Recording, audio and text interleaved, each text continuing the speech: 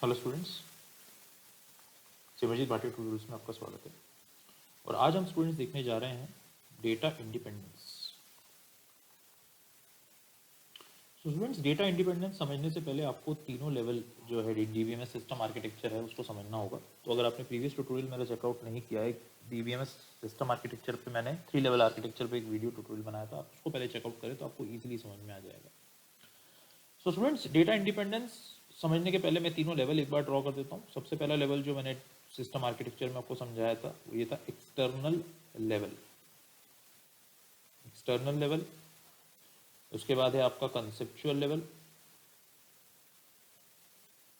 और उसके बाद है आपका फिजिकल लेवल या फिर इंटरनल लेवल। एक्सटर्नल लेवल को हम व्यू लेवल भी बोल रहे हैं, राइट। फिजिकल लेवल को हम इंटरनल लेवल भी बोल रहे हैं, राइट। सो बेसिकली यहां पर डेटा इंडिपेंडेंस का मतलब ये है, सबसे पहले तो मैं ये भी आपको बता दूं कि डेटा इंडिपेंडेंस जो है वो दो टाइप का है। पहला डेटा इंडिपेंडेंस जो है आपका वो है physical data independence. Data independence को मैं शॉर्ट फॉर्म में लिख रहा हूँ DI। और दूसरा डेटा इंडिपेंडेंस है आपका लॉजिकल डेटा इंडिपेंडेंस।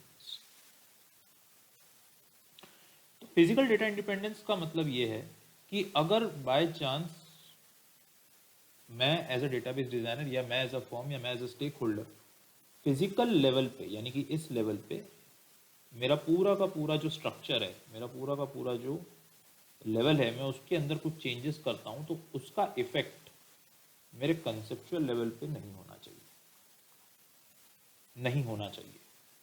यानी कि फिजिकल लेवल की अगर मैं बात करूं तो यहां पर मैंने आपको बताया था कि मेरा जो इंटरनली डेटा किस तरीके से स्टोर्ड है, कौन सी ड्राइव में, किस टाइप की ड्राइव में स्टोर है, वो जो हार्ड डिस्क ड्राइव है या वो जो स्टोरेज डिवाइस है वो किसी पर्टिकुलर टेक्नोलॉजी के ऊपर काम कर रही है, किसी पर्टिकुलर डेटा स्ट्रक्चर के ऊपर काम कर रही है, तो वो अगर चेंज होता है तो उसका असर मेरे कंसेप्चुअल लेवल पे, जो मेरा स्कीमा बना हुआ है, जो मेरा रिलेशन बना हुआ है, जो मेरा डेटाबेस बना हुआ है, उसके ऊपर नहीं आना चाहिए।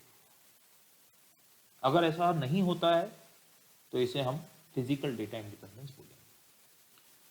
तो जनरली बहुत रेयर केसेस में ऐसा होता है कि इंडिपेंडेंसी नहीं रह पाती, लेकिन मेजॉरिटी केसेस में इंडिपेंडेंसी रहती है। मतलब अगर यहाँ पर आप हार्ड डिस्क चेंज कर देंगे या आपका स्टोरेज डिवाइस चेंज करेंगे तो वो कभी नहीं बोलेगा कि मुझे कंसेप्चुअल लेवल पे भी कुछ चेंजेस होने चाहिए, या चेंजेस आपको दिखेंगे नहीं, रिफ्लेक्ट नहीं करेंगे। लाइक फॉर एग्जांपल, अगर आप सीगेट की हार्ड डिस्क डिवाइस यूज़ कर रहे हैं, हार्ड डिस्क ड्राइव यूज़ कर रहे हैं, और आपने सीगेट से कहा कि अब मुझे तोशिबा की यूज़ करनी है, तो उसका चेंज करने से आपके कंसेप्चुअल लेवल पे कोई चेंज इफेक्ट नहीं दिखने वाला है, राइट।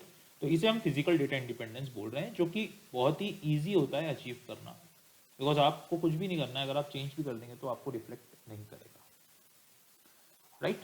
तो ये तो था हमारा फिजिकल डेटा इंडिपेंडेंस। दूसरे टाइप का जो डेटा इंडिपेंडेंस है वो है logical data independence. Logical data independence का कहना ये है कि अगर मैंने कंसेप्चुअल लेवल पे कुछ चेंज करा तो उसका असर एक्सटर्नल लेवल पर नहीं दिखना चाहिए, राइट। एक्सटर्नल लेवल पर या व्यू लेवल पर उसका असर, वो चेंजेस रिफ्लेक्ट नहीं होने चाहिए।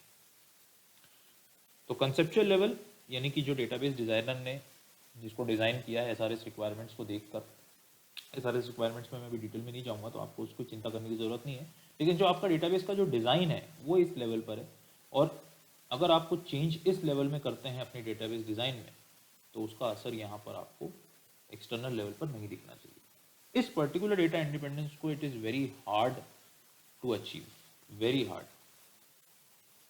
तो इसका एग्जांपल देखते हैं। सपोज एक एम्प्लॉय का डेटाबेस है, एम्प्लॉय के डेटाबेस में आपने क्या करा कि कंसेप्चुअल लेवल पे आपने एक एक्स्ट्रा एट्रीब्यूट जोड़ दिया, कि एक्स्ट्रा फील्ड लेकर आ गया। उस फील्ड का नाम आपने रखा, मान लीजिए मैटरनिटी लीव। मैटरनिटी लीव आपको सबको पता ही होगा, अगर नहीं पता है तो मैं छोटा सा जल्दी से एक बता देता हूँ। मैटरनिटी जो लीव है वो बेसिकली वुमेन फीमेल एम्प्लॉयज़ को दी जाती है जब वो अपना बेबी एक्सपेक्ट कर रही होती हैं। तो कुछ स्टिपुलेटेड मंथ्स के लिए 6 months 8 months depending upon the organisation वो लीव होती है। तो अगर वो उस पर्टिकुलर फीमेल एम्प्लॉय को अवेल करनी है तो उसको मैटरनिटी लीव कहा जाता है। तो उस दौरान वो या तो वर्क फ्रॉम होम कर सकती हैं, और अगर वर्क फ्रॉम होम नहीं करना चाह रही हैं तो वो टोटली लीव पर रहती हैं और अपने जो बेबी एक्सपेक्ट कर रही होती हैं उस पर ध्यान देती हैं।